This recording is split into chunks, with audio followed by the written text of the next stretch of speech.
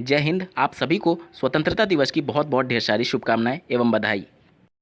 उत्तर प्रदेश में प्राथमिक शिक्षक भर्ती मांग करने वाले अभ्यर्थियों के लिए समस्याएं बढ़ सकती हैं।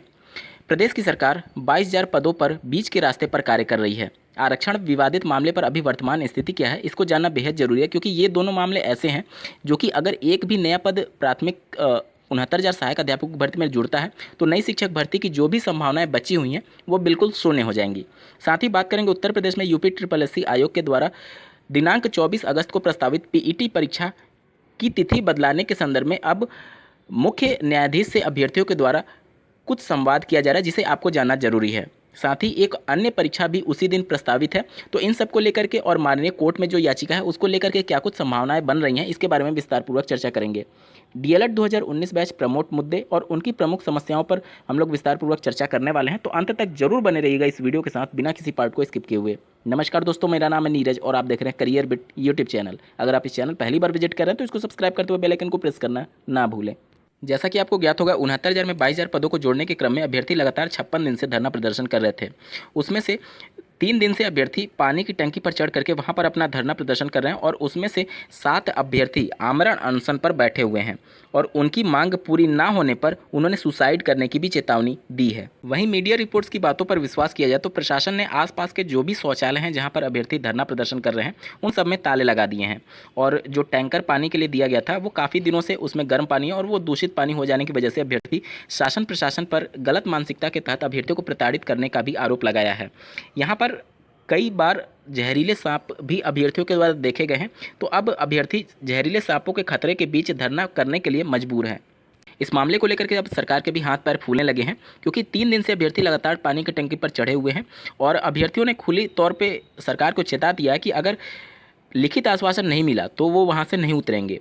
इसके बाद से प्रशासन के द्वारा एक बेसिक शिक्षा के अधिकारी को भेजा गया था इन अभ्यर्थियों से बातचीत करने के संदर्भ में, जहां पर अभ्यर्थियों ने उनको पूरे मामले से अवगत कराया। उनका मांग ये था कि जो भी अभ्यर्थी 22,000 पद जोड़ने की मांग कर रहे हैं उनमें से 95% बीएड अभ्यर्थी हैं जो कि एकेडमिक की वजह से बाहर हुए हैं और सरकार की तरफ से जो 3 अंक कॉमन अभ्यर्थियों को दिया गया था उसमें ऐसे अभ्यर्थी जो कि क्वालिफाई नहीं कर रहे थे लेकिन बीटीसी के अभ्यर्थी थे, उनका एकेडमिक अच्छे होने की वजह से सिर्फ क्वालिफाई करने पर भी उनका सिलेक्शन हो गया और ऐसे अभ्यर्थी जो कि बीएड अभ्यर्थी हैं जिनका 112, 113, 118 नंबर है लेकिन एकेडमिक कम होने की वजह से वो सभी अचयनित होकर के धरना प्रदर्शन करने के लिए मजबूर हैं। उन सब की बातें सुनने के बाद से उन्होंने कहा कि सरकार आपकी बातों को लेकर के विचार कर रही है और बीच के रास्ते पर कार्य करने पर विचार हो रहा है।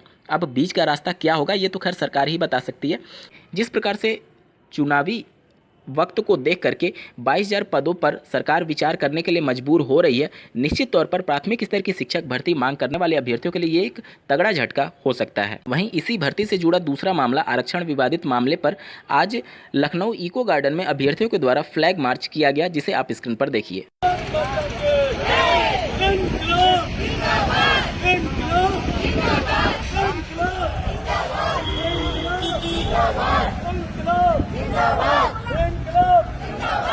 इस मुद्दे पर माननीय मुख्यमंत्री जी के द्वारा एक हफ्ते में मुद्दा निपटाने के लिए आदेश देने के बावजूद भी अभी तक इस मामले में कुछ भी देखने को नहीं मिला है। ये दोनों मामले ऐसे हैं, आरक्षण विवादित मामला या फिर 22,000 पदों को जोड़ने के संबंधित मामला, दोनों में अगर अभ्यर्थियों को राहत देना होगा तो 69,000 में पदों को जोड़ना ही पड़ेगा हर हाल में। और सरकार पहले ही प्रतिबद्धता जाहिर कर चुकी है कि एक भी नया पद नहीं जोड़ा जाएगा, लेकिन चुनाव को देखते हुए, मीडिया कवरेज को देखते हुए, विपक्षी पार्टियों के दबाव को देखते हुए सरकार अब झुकने लगी है धीरे धीरे। यूपी SSSC आयोग के द्वारा दिनांक 24 अगस्त को प्रस्तावित पीईटी परीक्षा के दिन ही एसएससी सीजीएल की परीक्षा पढ़ने से अभ्यर्थी परेशान हैं, क्योंकि बहुत से ऐसे अभ्यर्थी होंगे जो कि दोनों परीक्षाओं में सम्मिलित होना चाहते हैं। इसको लेकर के पीईटी के लिए आयोग का स्पष्ट तौर पर यह कहना है कि 24 अगस्त को पीईटी की परीक्षा होना तय है। इसके अलावा 24 अगस्त को किसी और विभाग की भी परीक्षा होने वाली है इस आर्टिकल के अनुसार। साथ ही पीईटी के रजिस्ट्रेशन को फिर से रीओपन करने के लिए अभ्यर्थियों के द्वारा इलाहाबाद हाईकोर्ट के मुख्य न्यायाधीश को भी अब मेल करने लगे हैं। स्क्रीन पर आप मेल देख पा रहे होंगे। हजारों की संख्या में अब ये अभ्यर्थी इलाहाबाद हाईकोर्ट के मुख्य न्यायाधीश को मेल किए हैं ताकि पीईटी की परीक्षा को आगे शिफ्ट किया जाए। और ऐसे लाखों की संख्या में अभ्यर्थी हैं जिन्होंने अपना आवेदन कंप्लीट नहीं किया था, तो कम से कम 15 दिन के लिए फिर से वेबसाइट को ओपन करने के संदर्भ में अभ्यर्थियों ने माननीय मुख्य न्यायाधीश से गुहार लगाई है। हजारों की संख्या में मेल जाने से निश्चित तौर पर इस पर कुछ प्रभाव जरूर पड़ेगा, क्योंकि दिनांक 18 अगस्त 2021 को फॉर्म को रीओपन करने के लिए माननीय इलाहाबाद हाईकोर्ट में ही सुनवाई होना प्रस्तावित है, जिस पर माननीय जज ने इस दिन इस केस को फाइनल करने के लिए भी प्रतिबद्धता जाहिर कर चुके हैं, क्योंकि 24 अगस्त को पीईटी की परीक्षा होना प्रस्तावित है। माननीय बेसिक शिक्षा मंत्री जी के द्वारा शिक्षा मित्रों को लेकर के एक स्टेटमेंट दिया गया, आप स्क्रीन पर देख पा रहे होंगे। बीजेपी की अगुवाई में शिक्षा मित्रों का वेतन 3 गुना बढ़ा। पहले शिक्षा मित्रों का वेतन 3,500 रुपये था, जिसको बढ़ा करके अब 10,000 रुपये दिए जाते हैं। लेकिन अभी की वर्तमान महंगाई और वर्तमान स्थिति को देखते हुए 10,000 रुपये बहुत ही कम है शिक्षा मित्रों के लिए। अनुदेशकों की सैलरी बात की जाए तो उनकी भी सैलरी मात्र 7,000 रुपये होती है। ये कहते और सोचते हुए भी शर्म आती है कि राष्ट्र निर्माता एक शिक्षक की सैलरी 10,000 है, वहीं लेबर भी इससे ज़्यादा कमा लेते हैं। जैसा कि आपको ज्ञात होगा, एससीईआरटी के द्वारा डीएलएड 2019 बैच के चतुर्थ सेमेस्टर ऑनलाइन ट्रेनिंग के संदर्भ में एक पत्र जारी किया गया, जिसके अनुसार 10 नवंबर 2021 तक डीएलएड 2019 बैच की ऑनलाइन क्लासेस चलने वाली थी। उसी के क्रम में 13 अगस्त 2021 को महाराजगंज डाइट के द्वारा समस्त निजी डीएलएड संस्थानों को एक पत्र उसी के क्रम में जारी किया गया कि 10 अगस्त से 10 नवंबर तक इनकी ऑनलाइन क्लासेस चलाई जाएंगी इन सब्जेक्ट्स की। तो आप देख लीजिए कि जो एससीईआरटी के द्वारा पत्र जारी किया गया उस पर सभी डाइट्स के द्वारा कार्यवाही शुरू कर दी गई है।